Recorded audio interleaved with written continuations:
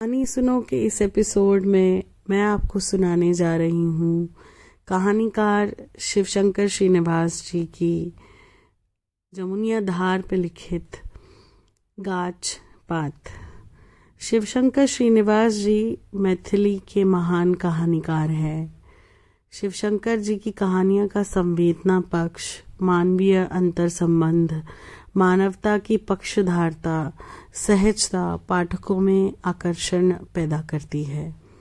चलिए शुरू करते हैं ये कहानी गाछ पात। बूढ़ी माँ का बेटा सपरिवार आया है। बहू आई है, पोते पोती आई हैं। इस बार वे कुछ तय करके आए हैं। उनकी योजना है कि वे इस बार किसी भी हालत में माँ को उनके साथ बोकारो ले ही जाएंगे। वह बेटा बूढ़ी माँ की इकलौती संतान है। बोकारो में इंजीनियर है। बहू वही किसी हाई स्कूल में अध्यापिका है। उनके 2 पोते और 1 पोती है। दोनों किसी पब्लिक स्कूल में पढ़ती हैं और पोती 6ठी कक्षा में पढ़ती है। बूढ़े बाबा 5 साल पहले तक जीवित थे। जब तक वे जीवित रहे तब तक बूढ़ी माँ को लगा कि नहीं कि वो बूढ़ी होती जा रही है। उन्हें किसी भी काम में थकावट का अनुभव नहीं होता था।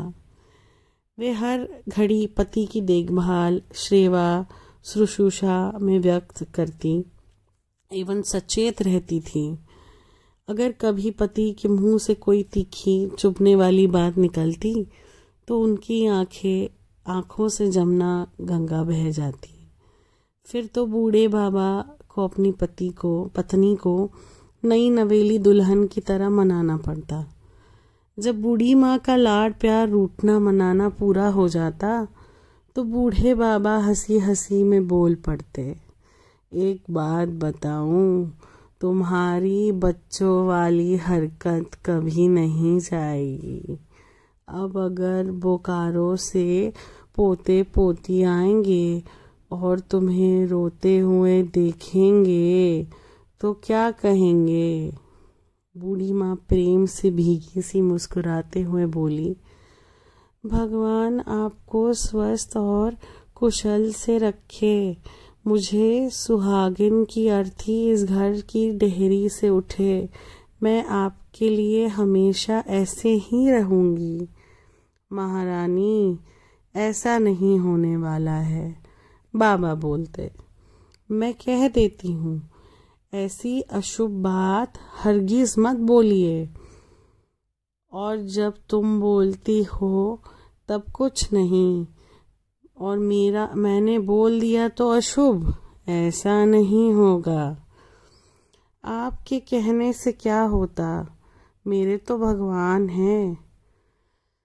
भगवान तो मेरे भी हैं, बाबा बोलते। चुप रहिए, इनके भी भगवान हैं। जो व्यक्ति आपको पंडित कहता है उस पर मुझे गुस्सा आता है। जनेऊ तो पहनते नहीं और पंडित हैं, भगवान हैं इनके। यह कहकर वो भुनभुनाने लगती और पत्नी की भुनभुनाहट पर बाबा हंसते हंसते लोटपोट होते। बूढ़ी माँ तरह तरह की पूजा, व्रत, मनौती मांगती रही और भगवान ने सुनी बाबा की। जब बाबा की मृत्यु हुई तो बूढ़ी माँ के अंतर्नाद ने किसके हृदय को द्रवित नहीं किया। पहले बाबा सुबह उठते तो उन्हें पानी देना, चाय देना, पान देना, यह देना वह देना, और इन्हीं इंतजामों में वे व्यस्त रहती, मगन रहती थी। बाबा भी कहाँ बैठे रहते थे। उनके हाथ में प्रायः खुरपी होती थी। वे बगीचे में रंग बिरंग के पौधे लगाते थे। उन्हें पेड़ पौधों की सेवा में उनका समय अच्छी तरह से बीत रहा था। तरह तरह की सब्जियां, नींबू, अमरूद, केला आदि से उनका बगीचा भरा रहता था। बगीचे से बाबा सब्जियां नहीं तोड़ते थे, ये काम बूढ़ी माँ ही करती थी। बाबा का काम था सिर्फ पेड़ पौधे रोपना, लगाना, पानी देना, गुड़ाई निराई, खाद देना और अन्य देखभाल करना था। प्रतिदिन सवेरे उठ के बूढ़ी माँ चाय वाय बनाने में एक बात एक टोकरी सब्जी तोड़ लाती थी। थोड़ी सी सब्जी अपने लिए रख लेती, आखिर 2 व्यक्ति कितना खाते हैं। वे लोग सब्जी बेचते नहीं थे, लोगों में बांटने में उन्हें बहुत आनंद आता। ऐसा करने से उन्हें एक तरह का संतोष मिलता था। ऐसे अवसरों पर आसपास में बेटे न होने के उनके मन में कचोट सी उठती, उनका मन दुखी हो जाता। जब बूढ़ी माँ अपने मन की बात पति से कहती तो वे बोलते, तुम क्या कर सकती हो, उसके भाग में अपने बगीचे की ताज़ी सब्जी खाना लिखा ही नहीं। फिर वो एक लंबी सांस लेकर बोलते, कैसे भेजोगी, असंभव है, जो संभव है वही करो। दूसरे के बाल बच्चों को तृप्त करो, उन्हें ही खुश करो, उनकी खुशी पाओ। वे कहते और बूढ़ी माँ वैसा ही करती। दूसरों के बच्चों को खुश रखने का प्रयास करती। बाद में तो यह उनकी पक्की धारणा बन गई थी कि दूसरों के बच्चे की खुशी रखेंगे तो अपना बेटा भी खुश रहेगा। यही धारणा उनके मन को खुशी से भर देती। वो इसी सेवा भाव में तल्लीन रहती।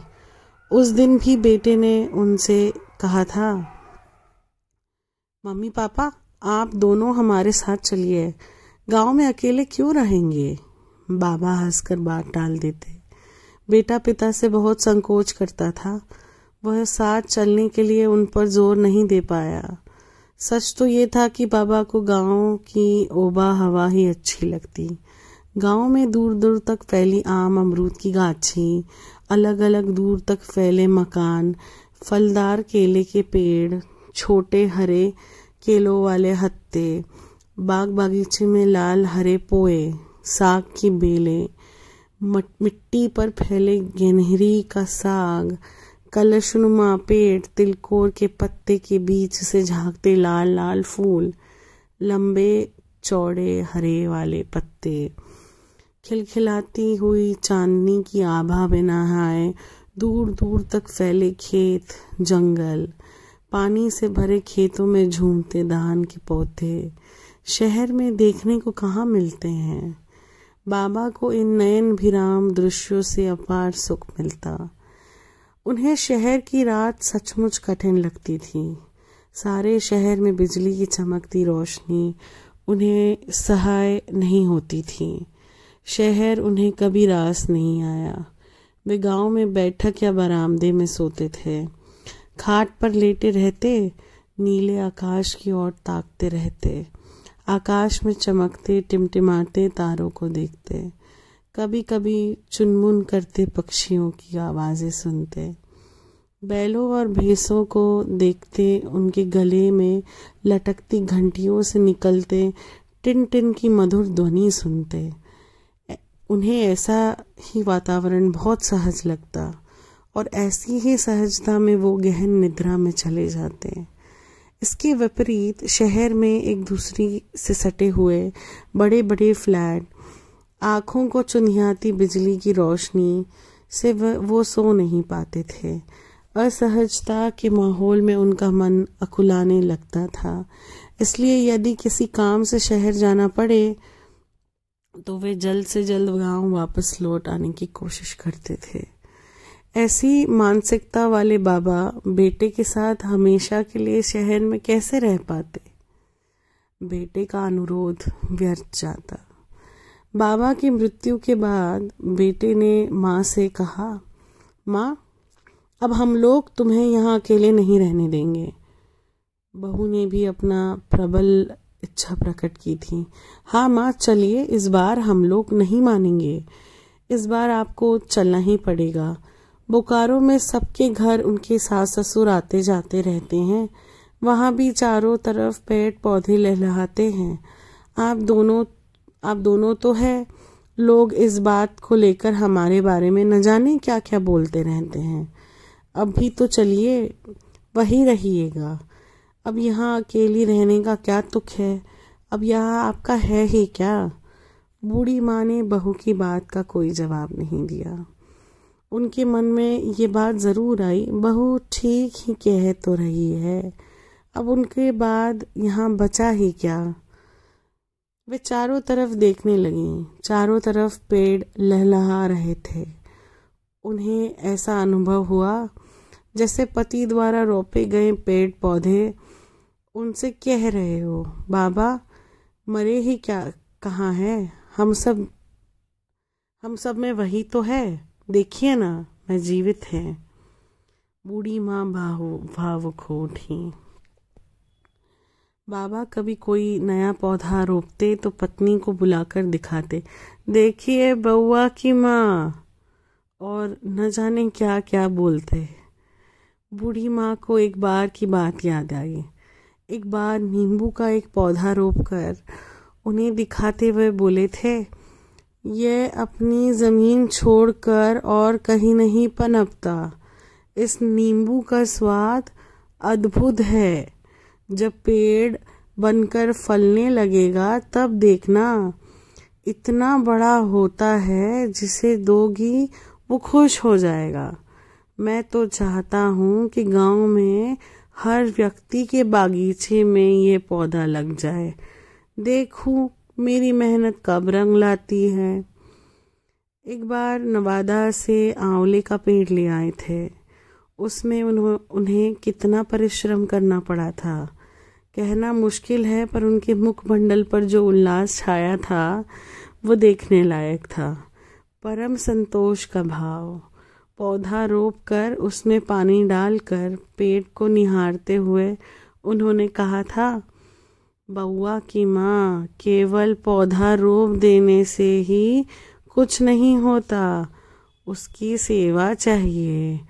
तुम तो माँ हो, तुमसे ज़्यादा अच्छी तरह कौन समझ सकता है कि साध्य जात शिशु का पालन पोषण कैसे करते हैं।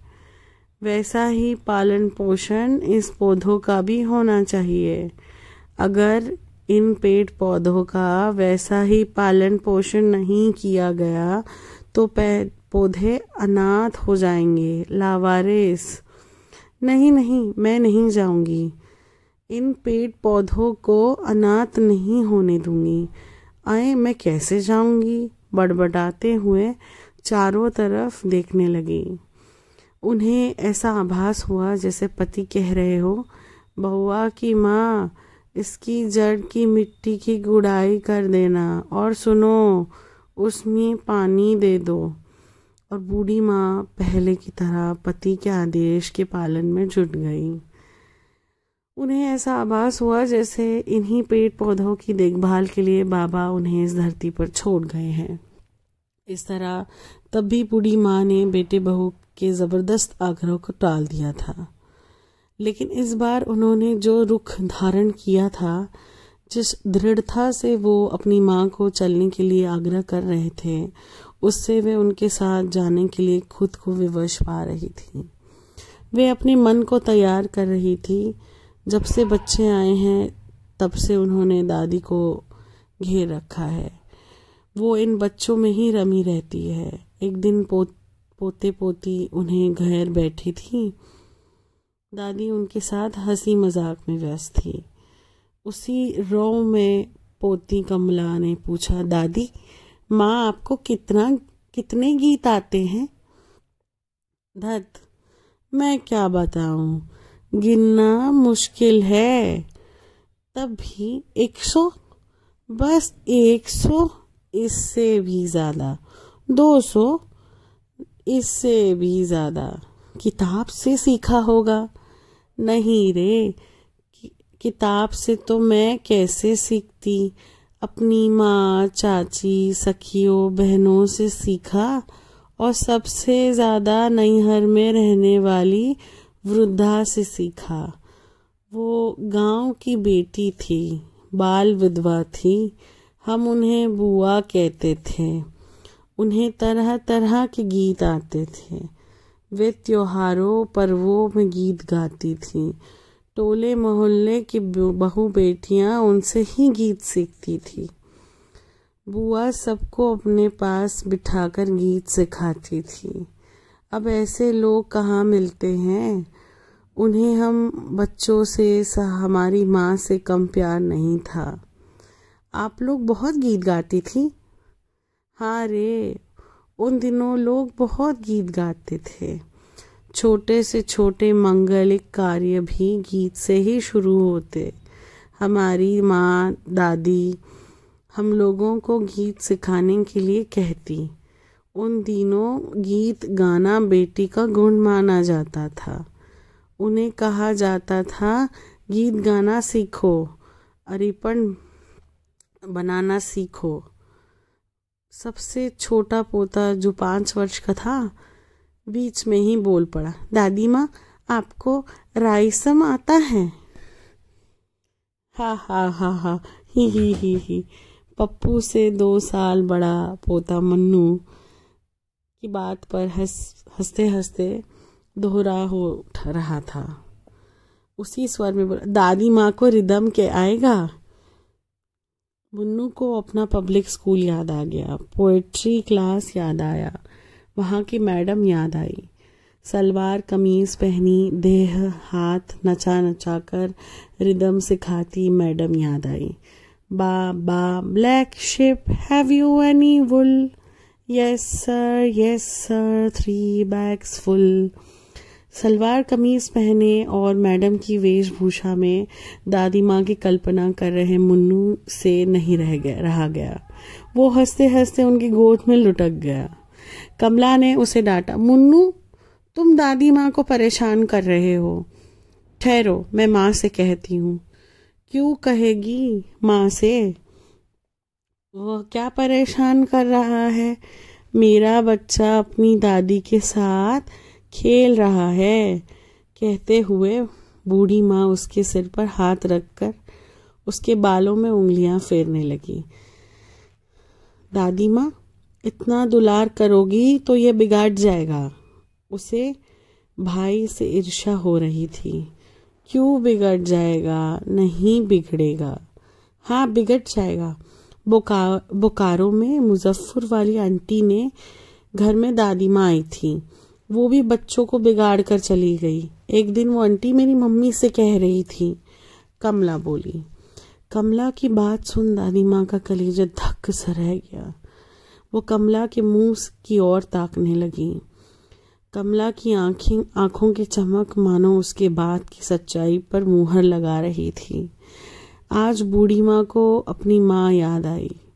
वो भी जब पोते पोतियों को दुलार करने लगती तो बहुएं बोल उठती, माँ बच्चों को इतना दुलार मत दीजिए, आपने दुलार करते करते उन्हें बिगाड़ दिया।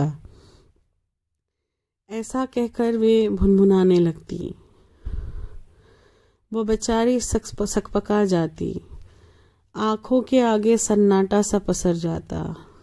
आज भी जब उन्हें अपनी माँ की वो हालत याद आती है तो उनके मन में हूक सी उठती है। आज भी उन्हें कमला की बात से अपनी माँ की याद आई। वो अपने बारे में ऐसी ही कल्पना कर सिहर उठी। उन्हें ऐसा अनुभव हुआ कि जैसे रोए खड़े हो गए हों। वो उदास हो गई। नहीं बउआ, कुछ नहीं। वो खुद को संभालने लगी। वो पोता पोती को दुलारने, पुचकारने, उनके साथ खेलने, बात करने में खुद को रमाने लगी। वो बच्चों को मैं खुद को रमाने तो लगी, पर बेटे के साथ बोकारो जाने न जाने के फैसले के बारे में और भी सचेत और केंद्रित हुई। उन्हें साथ ले जाने की जिद ठाने बेटा बहू के साथ जाने के लिए वो खुद को मानसिक रूप से तैयार करने लगी। पर फिर सोचने लग जाती।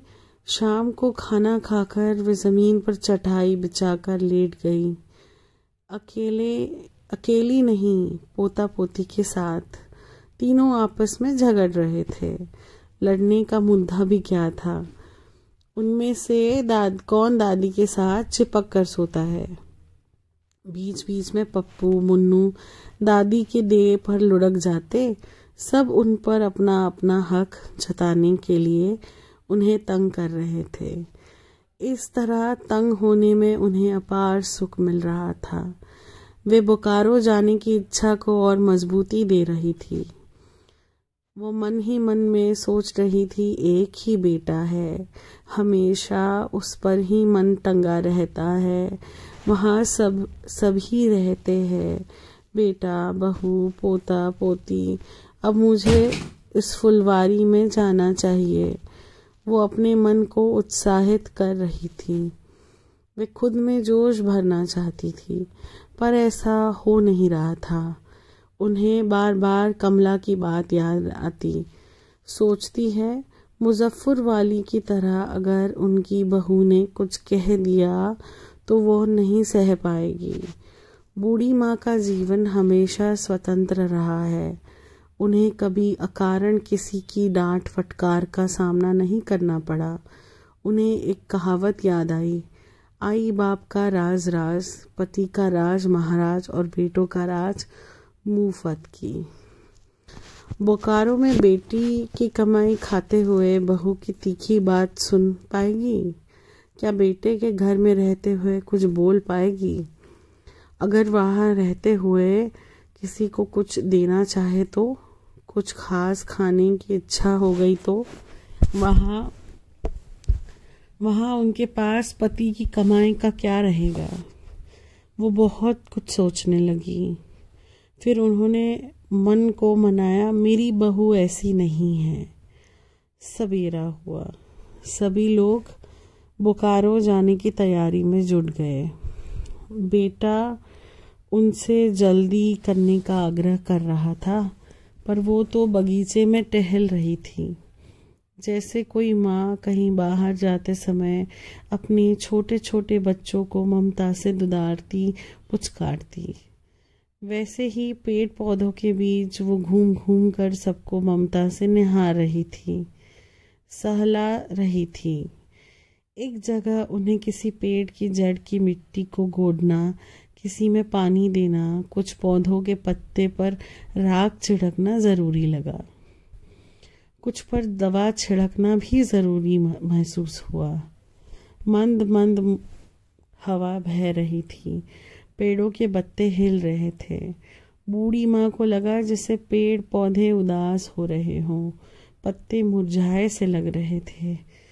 अब तो मैं जा रही हूँ, तुम सबको कौन देखेगा? वो एक अछुआस के साथ बोली। पति की याद आई, उनकी बातें याद आई, पेड़ पत्तों से पति के गहरे लगाव की बात याद आई। फिर उनके मन में उधेड़ बुन शुरू हो गई। जाऊं या न जाऊं? कई सवाल मन में उठने लगे। मुजफ्फरपुर वाली की वो बात जो कमला ने बताई थी, वो उनके जहन में घूमने लगी। बेटे बहू का ममत्व और पुनः अपनी स्थिति का अनुभव हुआ। उनकी आंखों से पानी बह चला। बेटा पास आकर बोला, माँ किस माया के फेर में पड़ गई? चलो जल्दी तैयार हो। बूढ़ी माँ विचलित हो गई। मन में आया कि दौड़कर बेटे को कलेजे से लगा ले। उनके मुंह से बस यही निकला, बेटा अब मुझे यही रहने दो, इन्हीं पेड़ पौधों पत्ती फूलों के बीच, इन सब की सेवा में मैं कहीं भी रहूंगी, मेरा मन यहीं पर टंगा रहेगा। तब फिर जाकर करूंगी भी क्या तेरे साथ? बेटा अवाक हो माँ का मुंह ताकने लगा। बस इतनी सी थी ये कहानी।